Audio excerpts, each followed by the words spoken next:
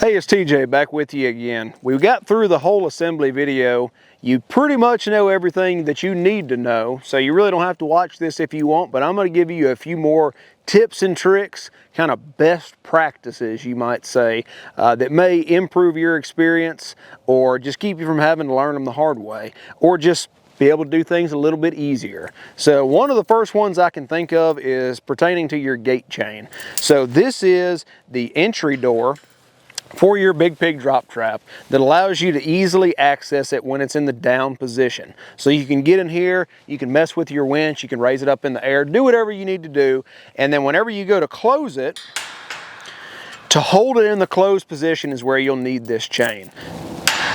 So the tabs that are welded onto this gate keep it from opening outward, but this cable is what keeps it from swinging in. So a lot of people are gonna put this right here around the side. There's technically nothing wrong with this, but there is a small chance that it could catch on this cross member once it's raised up in the air and falls. So what I always do and recommend is you put it right here. That way you can flip it around, you can clip it in, you never have to worry about it hitting or catching on anything when it's in that position.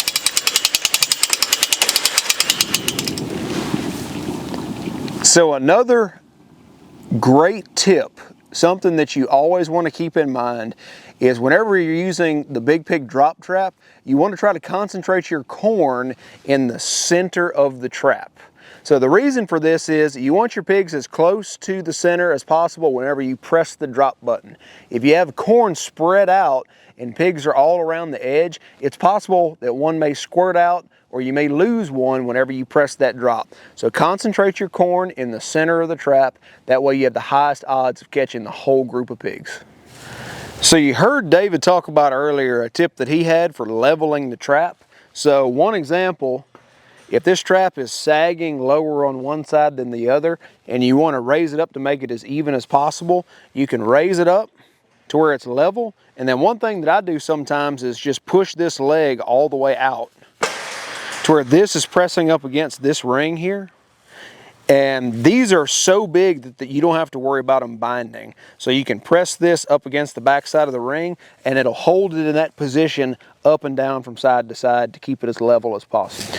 So one thing that people did for a very long time is move this trap together, put together, flipped up on its side and rolled on a trailer. Similar to how people transport hay rings. You can still do that, but it's something you have to be very careful about so you don't egg the trap or bend it out of round. We actually recommend against it these days. However, if you don't want to take the trap apart, you could actually back a trailer under it between the legs, lower the trap down onto the trailer, strap it, and you're off and going. However, if you don't have access to that, or you may be moving it on a public road, we recommend that you take the trap apart, transport it to where you're going, and then put it back together.